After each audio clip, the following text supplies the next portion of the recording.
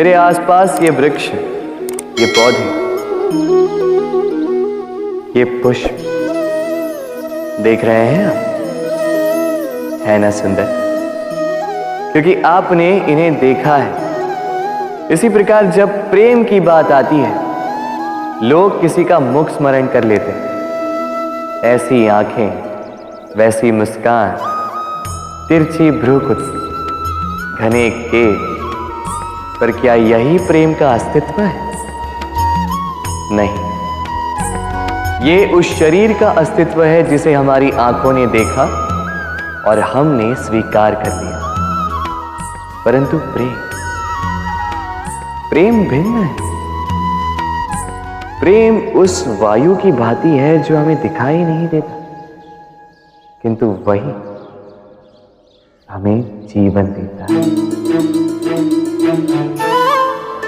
संसार किसी स्त्री को कुरूप कह सकता है, क्योंकि वो उसे अपनी तन की आंखों से देखता है, परंतु संतान उसी माता को संसार में सबसे सुंदर समझती,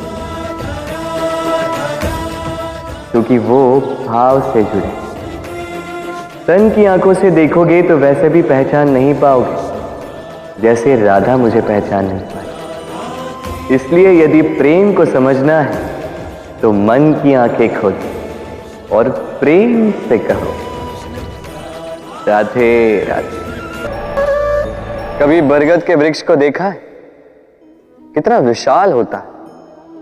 कभी कभी भय लगता है कि इन भारी डालों का बोझ ये तना सह भी पाएगा या नहीं।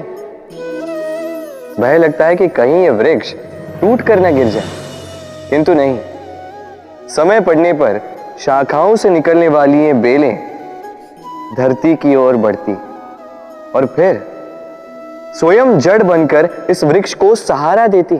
इसी प्रकार जो परोपकार करते हैं, सत्कर्म करते हैं, उन्हें स्वयं के लिए चिंतित होने की आवश्यकता ही नहीं, क्योंकि उनके कर्म ढाल बनकर उनकी रक्षा करते हैं।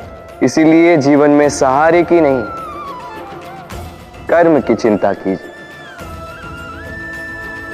राधे राधे।